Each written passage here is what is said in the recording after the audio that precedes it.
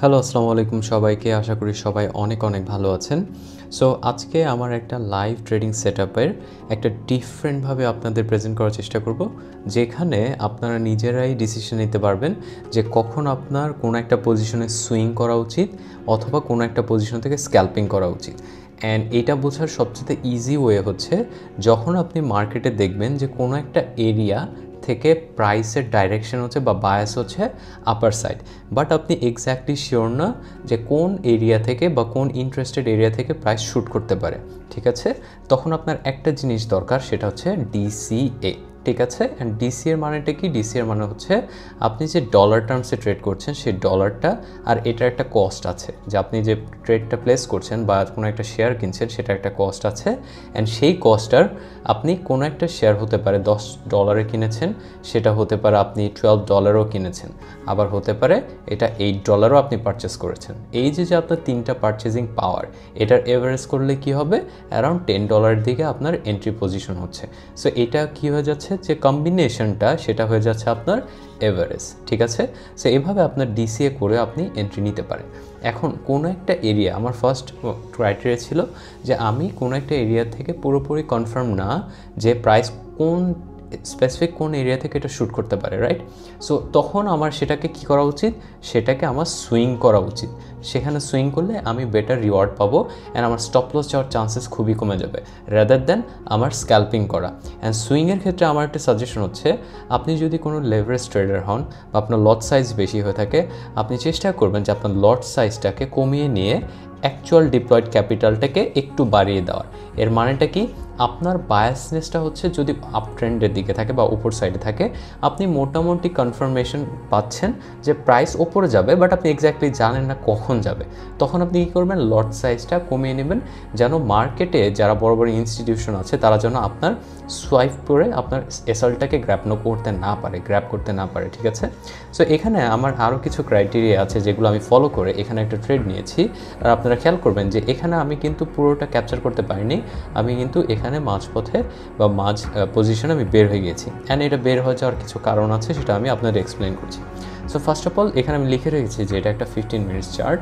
Dollar cost average কেন করেছি এটা আপনাদের অলরেডি আমার ক্রাইটেরিয়া বলে দিয়েছি। অ্যান্ড কখন আপনি সুইং করবেন, কখন স্ক্যাল্পিং করবেন, সেই স্ট্র্যাটেজিটাও আমি আপনাকে বলেছি। অ্যান্ড স্ক্যাল্পিংয়ের ব্যাপারটা যদি একটু ক্লিয়ার করে দিই, সেটা হচ্ছে কোনো একটা ট্রেডে আপনারা যত দ্রুত এন্ট্রি নিচ্ছেন চেষ্টা করবেন তত দ্রুতই সেই ট্রেড থেকে বেরিয়ে যাওয়ার।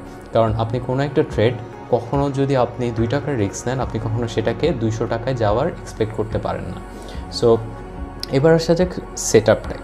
এখন আপনি যদি একটু খেয়াল করেন চার্টের দিকে, আপনারা সবসময় একটা জিনিস ফোকাস রাখবেন। আমি যখন কোনো একটা ট্রেড নিয়ে কথা বলি, আপনারা এটাই ফোকাস দিবেন যে আমি চার্টটাকে কীভাবে রিড করার চেষ্টা করছি। আমি চাই যে আপনারা নিজেরা মাছ ধরতে শিখুন। আপনাদের মাছ ধরে দিলে তো কোনো লাভ নেই, আপনারা তো বাজার থেকেই কিনে নিতে পারেন। সো যেটা বেটার হয়, আপনি যে কোনো একটা চার্ট দেখে যদি নিজে রিড করতে পারেন, তাহলে আপনার ইট ডাজেন্ট ম্যাটার যে আপনি S&P 500 করছেন, বাংলাদেশ স্টক করছেন, ফরেক্স করছেন, ক্রিপ্টো করছেন, ইউ গেট ইট রাইট, যে আপনি you get the idea right. So আপনার কোনটা চার্ট কোনটা কি সবগুলোই কিন্তু চার্ট আছে। সো আপনারা তখন নিজেরা ট্রেড করতে পারেন আপনাদের ইচ্ছে স্বাধীন মতো। আপনাদের রিস্ক অ্যান্ড রিওয়ার্ড রেশিও, আপনাদের ক্যাপিটাল, আপনাদের সব কিছু, আপনাদের মাইন্ডসেট, সাইকোলজিক্যাল জিনিসপত্র সব কিছুই আপনারা ট্রেড করতে পারেন। সো এই কথাগুলো বলার খুবই ইম্পর্টেন্ট, আর আমি মনে করি যে এটা খুবই সিম্পল ওয়েতে বলা হয়ে গেছে, বাট এটা কিন্তু খুবই গুরুত্বপূর্ণ। সো এবার আসা যাক আমাদের সেটআপে। আপনি যদি একটু খেয়াল করেন, আমার এখানে একটা গ্রিন বক্স আছে, এখানেও আর একটা গ্রিন বক্স আছে। এই বক্সটা আঁকার কারণ কি? আমরা যেহেতু একটা মার্কেটে ট্রেড করছি যেটা ফ্রাইডে অ্যান্ড স্যাটারডে অফ থাকে, অথবা কোনো একটা মার্কেটে ট্রেড করছি যেটা 24/7 অন থাকে। এখন ফর এক্সাম্পল এটা যদি ক্রিপ্টোর কথা বলি, তাহলে ক্রিপ্টো মার্কেট কখনো অফ হয় না, রাইট? সো যদি মার্কেট অফ না হয়, সেখানের জন্য উইকটাও খুবই ইম্পর্টেন্ট, বডিটাও খুবই ইম্পর্টেন্ট। অ্যান্ড যখন কোনো একটা মার্কেট কোনো অফ হয় না, সেক্ষেত্রে কিন্তু আপনার যে স্টপ লস অথবা মার্কেটের ম্যানিপুলেশনটাও একটু বেশি হয়ে থাকে। সো এবার আসা যাক এই যে জোনটা, আমি সবসময় একটা নির্দিষ্ট ট্রেন্ড লাইনে বিশ্বাসী না, আমি একটা জোনে বিশ্বাসী। অ্যান্ড যখন আমি লাইনে বিশ্বাসী হব বা লাইন সেট আপ করার চেষ্টা করব, তখন আমি কী করবো, স্ক্যাল্পিং করার চেষ্টা করবো যেন আমার দ্রুত এসএল যায়, দ্রুত টেক প্রফিট আসে। আবার যখন আমি কোনো একটা জোনের আশেপাশে প্রাইসকে ঘিরতে দেখছি, তখন আমি চেষ্টা করব যে প্রাইসটাকে সুইং করে তোলার জন্য, ঠিক আছে। সো এই জোনটাই যে এরিয়াটা, এখানে টাচ অ্যান্ড এখানে মাল্টিপল টাচ ব্রেক করার চেষ্টা করেছে, বাট এটা আলটিমেটলি ফেল করেছে অ্যান্ড সুন্দর একটা সাপোর্ট জোন। এখানে যখন বারবার একটা লেভেলে প্রাইস বারবার টাচ করছে, তাহলে সেটা কি হয়ে যাবে, সেটা হয়ে যাবে একটা কি জোন। অ্যান্ড যেহেতু প্রাইস নিচের দিকে সাপোর্ট পাচ্ছে, তাহলে অফকোর্স এটা একটা সাপোর্ট। যদি ওপর দিকে বাধাপ্রাপ্ত হয়, তাহলে সেটা কী হয়ে যাবে, রেজিস্ট্যান্স, ঠিক আছে। তাহলে অনেকে বেসিক প্যাটার্নগুলো বুঝেন, যেমন হতে পারে ডাবল বটম অথবা ট্রিপল বটম, রাইট। এর মানেটা কি, কোনো একটা নির্দিষ্ট এরিয়াতে ডাবল মানে 2টা বটম তৈরি হয়েছে, অথবা ট্রিপল মানে হচ্ছে 3টা বটম তৈরি হয়েছে, রাইট। সো এখানে আপনি যদি খেয়াল করেন, এখানে একটা বটম, এখানে একটা বটম অ্যান্ড এখানে একটা বটম, তাহলে কয়টা, তাহলে 3টা। সো আপনারা যারা বেসিক বুঝেন তারা কিন্তু এইটা just as a support resistance হিসেবে ট্রেড করতে পারেন, অথবা ট্রিপল বটম হিসেবেও ট্রেড করতে পারেন।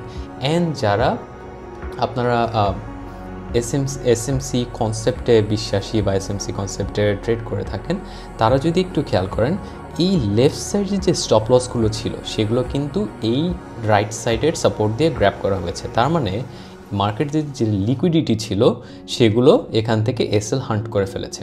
অ্যান্ড এখানে আমার নোটসগুলোর কারণে এখানে চার্টটা ঢেকে গিয়েছে, বাট প্রাইস অ্যাকশনটা এরকমটা ছিল। সো আপনি যদি খেয়াল করেন, এখানে ওভারঅল স্ট্রাকচারটা এন্ড হয়েছে কিন্তু at a highest volume. So যখন কোনো একটা structure at a highest volume শেষ হয়, তখন আপনি এটা ধরে নিতে পারেন যে এইটা একটা কারেক্টিভ স্ট্রাকচার, ঠিক আছে। এটা হচ্ছে আমার পার্সোনাল টিপস অ্যান্ড আমি এটা ফলো করি অ্যান্ড আমার ভালো রেজাল্ট এখানে আসে। সো এইটা ব্যাপারটা বলার কারণ হচ্ছে, এইটা আপনাকে মার্কেটে বুঝতে হবে যে মার্কেট কখন কারেকশন দিচ্ছে বা কারেকশন স্ট্রাকচার আছে, অথবা কারেক্টিভ স্ট্রাকচার আছে, আর কখন মার্কেট মোটিভ অথবা ইম্পালসিভ মুভের মধ্যে যাচ্ছে, বা অথবা আপ ট্রেন্ড একটা চলমান ট্রেন্ড ধরে রাখছে, অথবা ডাউন ট্রেন্ড হলেও হতে পারে সেটা একটা চলমান ট্রেন্ড ধরে রেখেছে, ঠিক আছে। সো এইটাই যখন এখানে হাইস্ট ভলিউমের প্রাইস এন্ড হয়েছে অ্যান্ড মার্কেট ফেল করেছে আরেকটা হাই তৈরি করতে, তখন আমি বুঝে গিয়েছি যে মার্কেট চেষ্টা করবে সামহাউ এটার, যে এখানে যারা বাই করেছে তাদের এসএলটা হান্ট করতে। সো এক্স্যাক্টলি সেম কাজটা হয়েছে এখানে, স্টপ লস তাদের এখানে হান্ট হয়েছে যারা এই পাশে এসএল দিয়েছিল, রাইট। অ্যান্ড এখান থেকে বাই করার কিন্তু একটা ভালো অপরচুনিটি।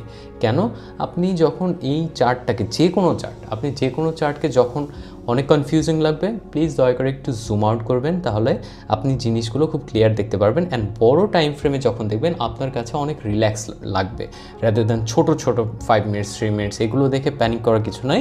কারণ এই ছোট টাইম ফ্রেমগুলো আছেই মার্কেটে আপনার এসএলগুলো ক্যাপচার করার জন্য। সো এখানে ব্যাপারটা এরকম হয়ে গিয়েছে যে আপনি যদি একটু জুম আউট করে বড় জোন বা বড় টাইম ফ্রেমে দেখেন, আপনার এই স্ট্রাকচারটা আপনাকে বলবে যে আপনার এখানে সুইং পজিশনটা করা বা সুইং ট্রেডটা করা বেটার।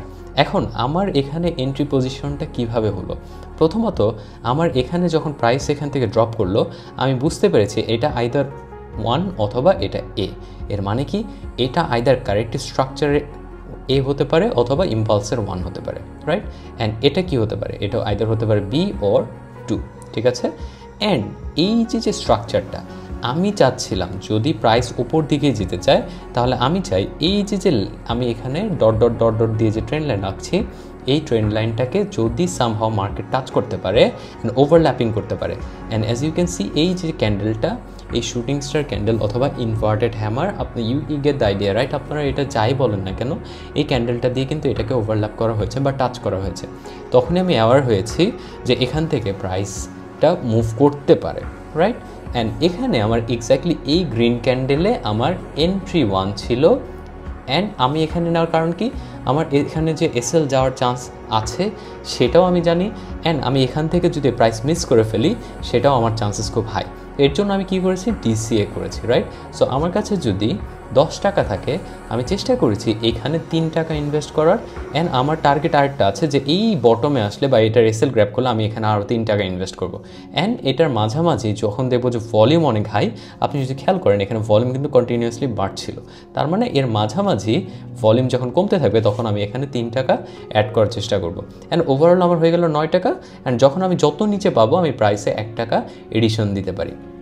সো আপনি যদি খেয়াল করেন, এখানে একটা এন্ট্রি পজিশন, এখানে একটা এন্ট্রি পজিশন অ্যান্ড এখানে একটা এন্ট্রি পজিশন। তাহলে এভারেজ কোনটা? এভারেজ হচ্ছে এখানে। তাহলে এটা হচ্ছে আপনার এক্স্যাক্টলি এন্ট্রি, রাইট? সো এখানে যখন এক্স্যাক্টলি এন্ট্রি হচ্ছে, আপনার মিনিমাম টার্গেট, যেহেতু আমার এসএলটা অনেক বড়, আমি চেষ্টা করেছি এখান থেকে অ্যাটলিস্ট 1:1.5 টার্গেট নিয়ে বের হয়ে যাওয়ার। অথবা আপনি যখন দেখবেন এসএল অনেক বড় হয়ে যাচ্ছে, সেফ সাইডে থাকার জন্য অ্যাটলিস্ট 1:1 পয়েন্টের ওপরে পারলে বেটার, বাট 1:1 নিয়ে যেন আপনার ফি যেটা চার্জ কেটেছে সেটা যেন একটু উপরে থাকে, আপনি নিয়ে বের হয়ে যেতে পারেন। যখন এসএল ছোট থাকবে, আপনি তো এখানে স্নাইপ করতে পারবেন না, রাইট? আমরা কেউই জানি না যে এক্স্যাক্টলি এইখান থেকেই প্রাইস উপরে যাবে। দ্যাটস ওয়াই আমি এখানে ডিসিএ করেছি। সো এইভাবে আপনারা ডিসিএ কীভাবে কাজ করে, আপনার টার্গেট কীভাবে সেট করবেন, আপনারা রেশিও কীভাবে বুঝবেন। আমি বলেছি যে আমি 1:2 সব বেশিরভাগ সময় ট্রেড করে থাকি, উইচ ইজ ট্রু। বাট কিছু কিছু সময় আপনি দেখবেন পয়েন্ট অফ কন্ট্রোল অনেক গুরুত্বপূর্ণ ভ্যালু ক্যারি করে থাকে। এর পাশাপাশি ফিব লেভেলগুলোও খুবই ইম্পর্টেন্ট। এই যে আমি একটা কথা বললাম না যে এখানে ফিব লেভেলটা রিট্রেস করেছে, সেটা 618% ওভার ক্যাপচার করে ফেলেছে, যে কারণে আমার এখানে ওভারল্যাপিং হয়েছে। অ্যান্ড এটা 1কে টেক ওভার করেছে, যে কারণে আমি অ্যাওয়ার হয়েছি যে প্রাইস ওপর দিয়ে শ্যুট করতে পারে। অ্যান্ড গেস হোয়াট, প্রাইস কিন্তু এক্স্যাক্টলি উপর দিকে শ্যুট করেছে। বাট আমি চেয়েছিলাম এখান থেকে শ্যুট করতে, বাট হয়নি। এখান থেকে, তাও হয়নি। দেন এখান থেকে নিয়ে আমার এভারেজ প্রাইসটা এখানে এন্ট্রি হয়েছে, অ্যান্ড আমার এখানে একটা ভালো প্রফিট জেনারেট হয়েছে। So that's it guys. আমি আশা করি আমার এই ব্রেকডাউন বা এই স্ট্র্যাটেজি থেকে আপনারা কিছুটা হলেও শিখতে পেরেছেন। যদি আপনাদের এই এপিসোডগুলো, আমার লাইভ সেটআপগুলো ভালো লেগে থাকে অ্যান্ড আমার লাইভ অ্যানালিসিসগুলো ভালো লেগে থাকে, তাহলে আমার পেজটা সাবস্ক্রাইব করতে পারেন, বিকজ আরও অনেক amazing contents are coming up. Alright guys, take care and আল্লাহ হাফেজ।